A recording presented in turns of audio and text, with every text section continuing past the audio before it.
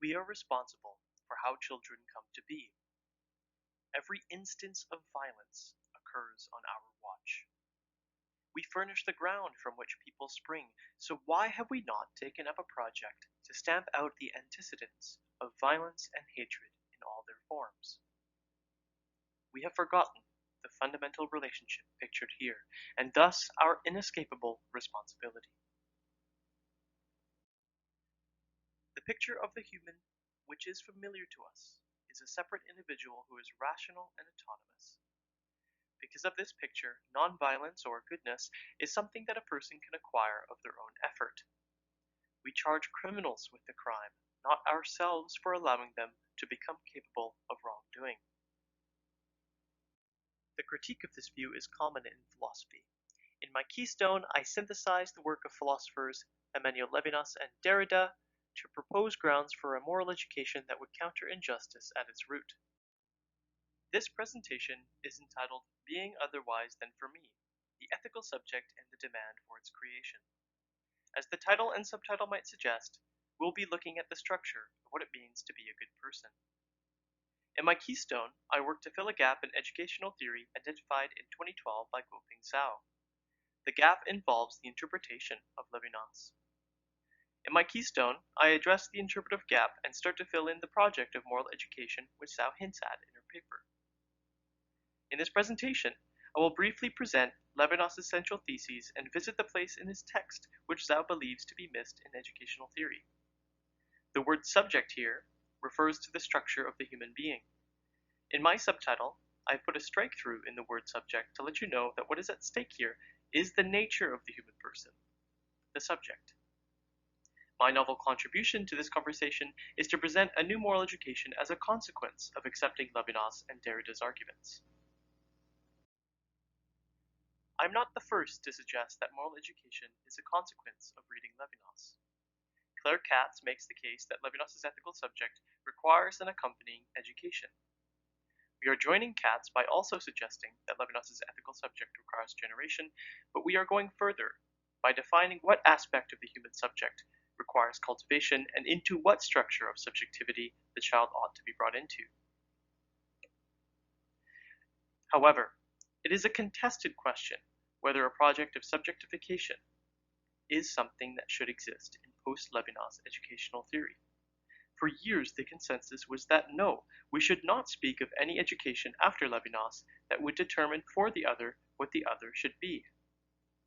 Recently, Zhao calls attention to the lack of consideration of what is called Levinas' dialectic of being and non-being. According to Zhao, if we reconsider the dialectic, we could form a new ground for moral education, which sees subjectification and ethics as aligned. She writes, Levinas' unique account of subjectivity has indeed provided new inspiration for education. It expands and makes authentic the purpose of liberal education and provides new ground for moral education.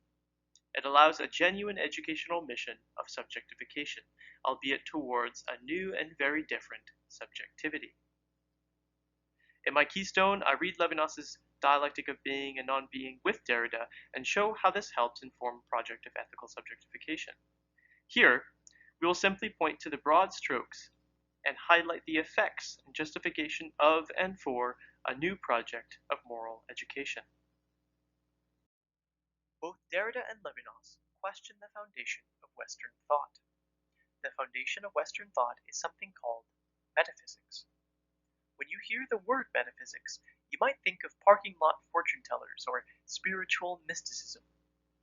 Metaphysics, rather, aims to uncover the principles that underlie existence. Fundamental truths in logic find their justification in metaphysics. Truths such as the principle of non-contradiction, which dictates that if something is to be something at all, it must be the case that it cannot simultaneously be its opposite. If P, then not P. Metaphysics aims to describe things insofar as they are, and in classical Western metaphysics, the truth of being at the most fundamental level is essence, or in Aristotle's words, what the thing is said to be in virtue of itself. In this framework, then, An apple is appleness, a tree is treeness, and the human subject is whatever definition would refer to itself. In other words, in the words of the translator, what the thing is in itself, or when stated by itself. Thus, accidents and properties are excluded from the essence, although they may belong to the thing having that essence.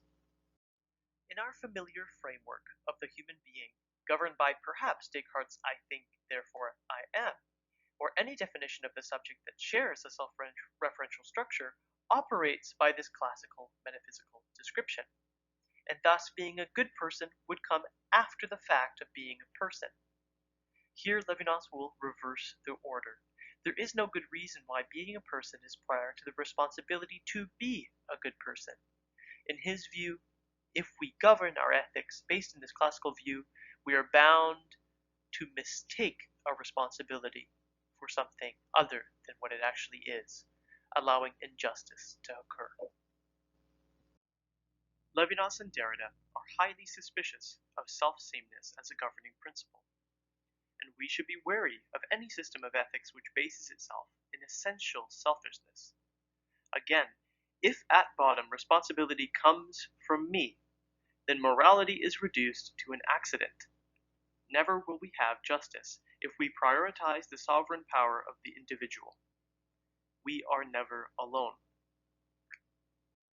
Levinas writes, one has to respond to one's right to be, not by referring to some abstract and anonymous law or judicial entity like human rights, but because of one's fear for the other.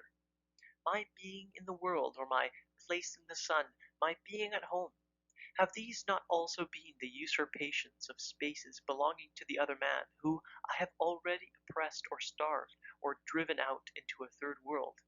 Are they not acts of repulsing, excluding, exiling, stripping, killing? For Levinas, the self-same subject is a violent one. He reorients ethics and metaphysics to place the origin of responsibility as prior to and a condition for existence.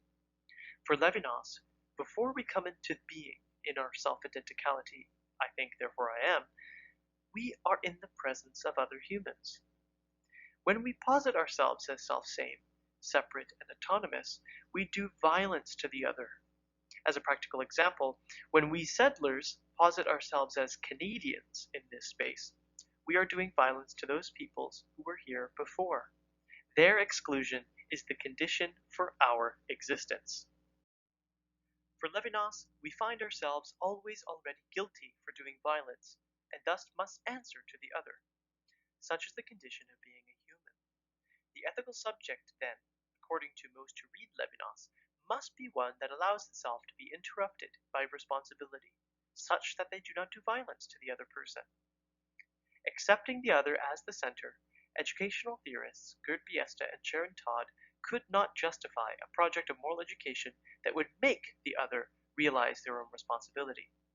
In their view, the ethical subject is the passive member of the relationship and does nothing but respond to the needs of the other person. Let's turn to the section of Levinas that Zhao cites to see what they are missing. In Otherwise Than Being, or Beyond Essence, Levinas writes the following. Can one not understand the subjectivity of the subject beyond essence, as on the basis of a leaving the concept, a forgetting of being and non-being?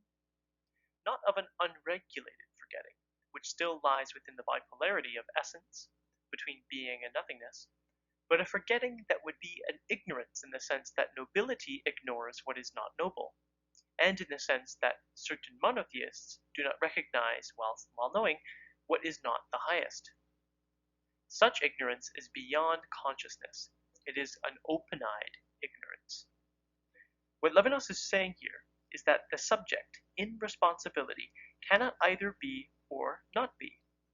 It must escape the domain of the principle of non-contradiction. It needs to make an exit from the domain of metaphysics.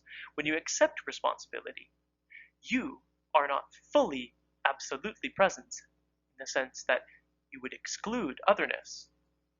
But you are not fully absent either, which is why it is not right to say that the ethical subject is one that allows themselves to be interrupted constantly.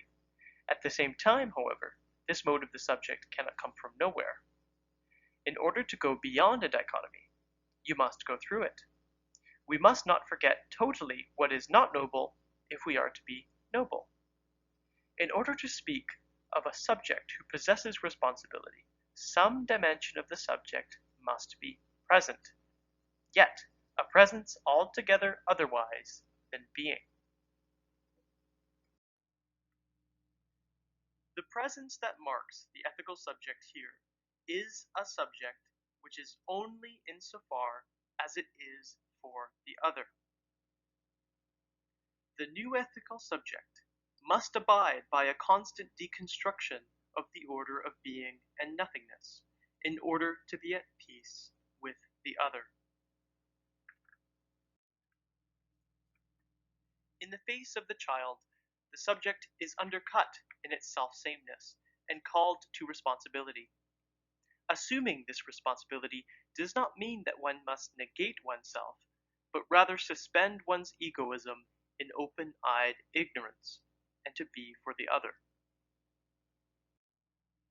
I argue in my keystone that part of the responsibility of being, in air quotes, this ethical subject is recognizing that one must ensure the child grows to become ethical as well.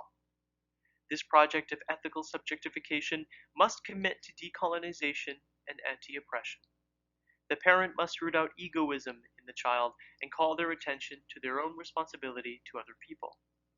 For there is always the concrete possibility of those who occupy the classical modes of being and do violence. Thank you.